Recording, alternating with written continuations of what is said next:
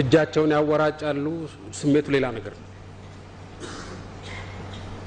ይሄን ነገር ያስተናገዱ የነበሩት የምክር ቤቱ አፈ ጉባኤ ረጅም ጊዜ ልምድ የነበራቸው ሰው ናቸው ተናጋሪውን ንግግሩን ያቆሙና ካሜራውን ወደ አዳራሹ አዙረው ይሉታል የአሜሪካ ኮንግረስ ስብሰባ ሲገባ ስሙን ካስመዘገበ በኋላ መውጣት ይችላል እናም እንዳጋጣሚ ሆኖ ሰውየው ሲናገሩ እሳቸው ብቻ ናቸው አዳራሽ ውስጥ ያሉት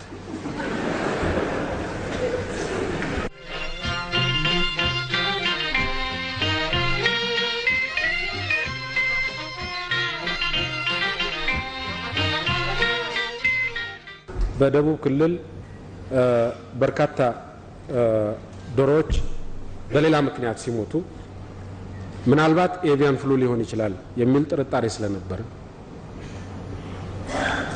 ህብረተሰቡ ጥንቃቄ እንዲወስድ ተደርጓል ኤቪያን ፍሉ መሆኑን ሳናረጋግጥ ያን እርምጃ መውሰዳችን ተገቢ ነው ብያምናለሁ ምክንያቱም ኤቪያን ፍሉ ከሆነ እስከናጣራ ድረስ ኤቪያን ፍሉ የለም ይያልን ብንነገር ኖሮ እና ያ ነገር ኤቪያን ፍሉ ሆኖ ቢገኝ ኖሮ ሊከሰት ይችላል የነበረው አደጋ በጣም ከፍተኛ ነው የጤንነት አደጋ የብዙ ሰው ህይወት ለአደጋ ሊጋለጥ ይችላል ነበር በዚህ ምክንያት እስኪጣራ ድረስ ሊሆን ይችላል እና ጥንቃቄ ይደረግ ተብሎ ነበር ሲጣራ ኤቪያን ፍሉ እንዳልሆነ ተረጋገጠ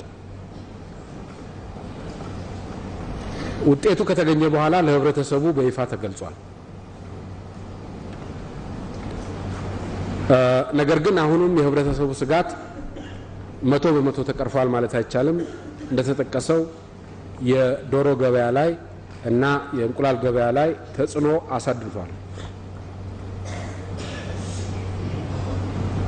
ይሄም በተጠቃሚ ህብረተሰብ ብቻ ሳይሆን በዶሮ አርቢዎች ዝቅተኛ ገበያ ያላቸው ከፍተኛ ገበያ ያላቸው ዶሮ አርቢዎች ላይ ተጽዕኖን አሳርፏል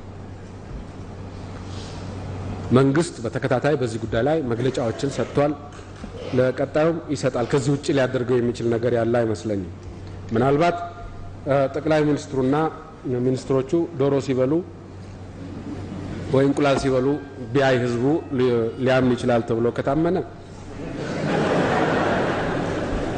እስካሁንም ስላላቋረጥኩ መቀጠል ይቻላል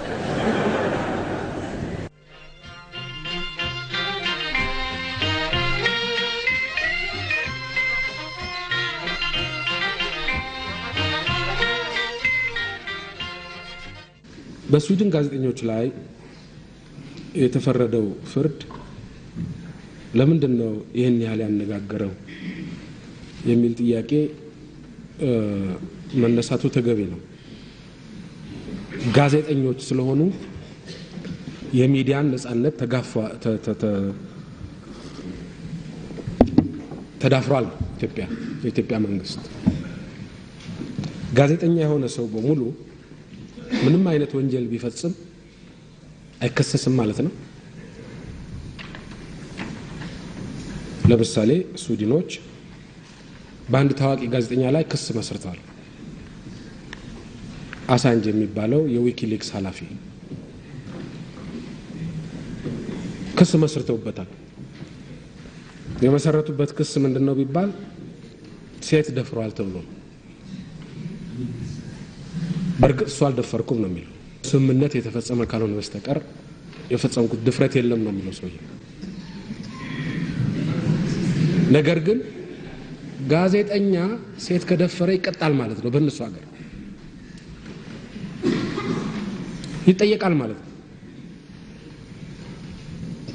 እነዚህ ስዊድን ጋዜጠኞች በኢትዮጵያ ውስጥ ሴት አልደፈሩም ማስረጃ የለም አገር ግን ደፍረዋል በህገ ወጥ መንገድ ወደ ሀገራችን ገብቷል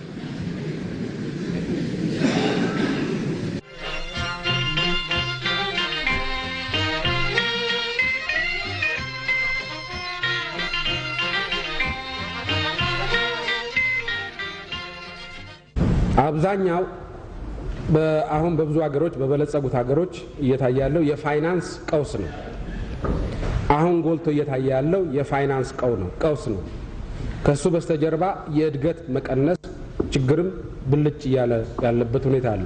ሁለቱ የግድ የተሳሰሩ ነገሮች አይደሉም። የፋይናንስ ቀውሱ በተመለከተኛን አይመለከተንም። ምክንያቱም የፋይናንስ ስርዓታችን ሊበራላይዝድ አይደለም።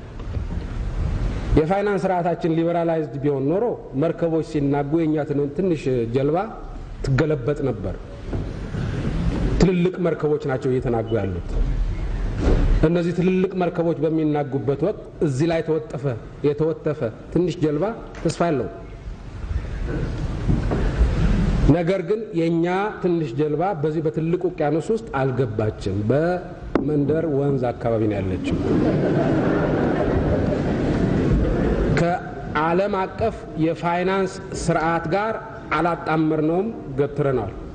ይሄን በማድረጋችን አንዳንድ ወዳጆቻችን ተሳስታችኋል ሲሉን ነበር። እኛ ስተቱን አልተቀበልነውም፣ ያንንም አልተቀበልነውም፣ አሁንም አንቀበለውም። በተለይ ደግሞ አሁን አንቀበለውም።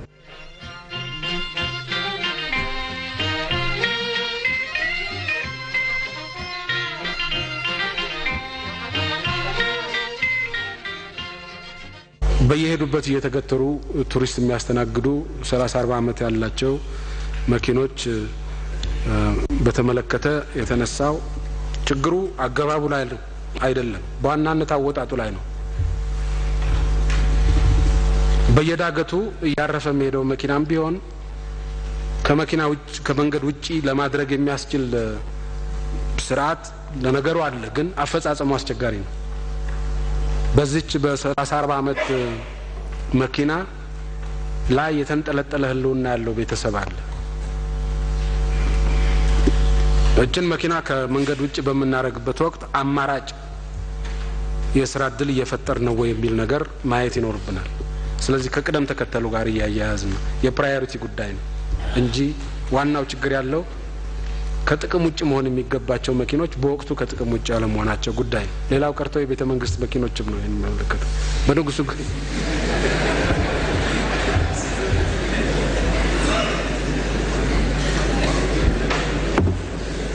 በንጉሱ ጊዜ ለአፍሪካ አንድነት ድርጅት ተብሎ የተገዙ አንቲካ መርሴዲስ መኪኖች ናቸው እስካሁን ድረስ ጥቅም ላይ የነበሩት እና አንዳንድ ጊዜ ዳገት ላይ ያርፋሉ እንግዳ ይዘው። በቱሪስት መስህብነት ደረጃ በጣም የሚመረጡ መኪኖች ናቸው፣ በጣም ብዙ አመት ያገለገሉ ከመሆናቸው አኳያ። ከአገልግሎት አንጻር ግን ችግር ያለባቸው ናቸው። አሁን እነሱን ለመተካት ሙከራ እየተደረገ ነው። ነገር ግን የመንግስት መኪና የመተካት ያህል ቀላል አይደለም የሌላው ህብረተሰብ።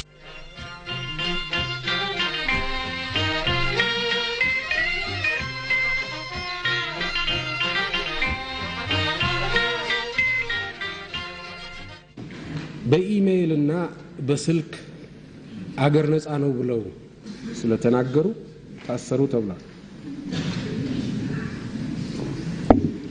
ስንት ኢሜይል ነው በኢትዮጵያ ውስጥ የሚላከው? ስንት ስልክ ነው የስልክ ንግግር ነው የሚደረገው? አንድ ድሮ ተማሪ ሆነን ተረትና ምሳሌ መጽሐፍ ውስጥ የነበረ ነገር ነው የሚያስታውሰው። ሌባ ተይዞ ሰርቃል ተብሎ ይመረመራል።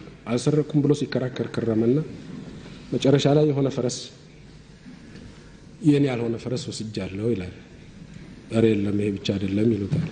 ከስንት ክርክር በኋላ ደግሞ ያው ፈረሱ አንገት ላይ የሆነ ገመድ መሳይ ነገር ነበር ይላል። ከስንት ክርክር በኋላ ደግሞ ገመዱ ከጋሪ ጋር የተያያዘ ነበር ይላል። ከስንት ክርክር በኋላ ደግሞ ጋሪው ላይ ወርቅ ተጭኖ ነበር ይላል። እና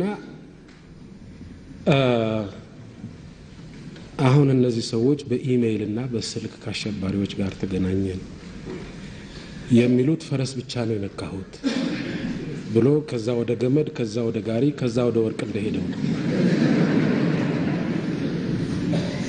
በኢሜይል እና በስልክ ምንድን ነበር የሚያወሩት? ስለ ዝናቡ ሁኔታ ነው የሚያወሩት? ስለ ጤንነታቸው ሁኔታ ነው የሚያወሩት? ወይስ እንዴት አድርገን ብጥብጥን እንፍጠር፣ እንዴት አድርገን የሽብር ተግባር እንስራ?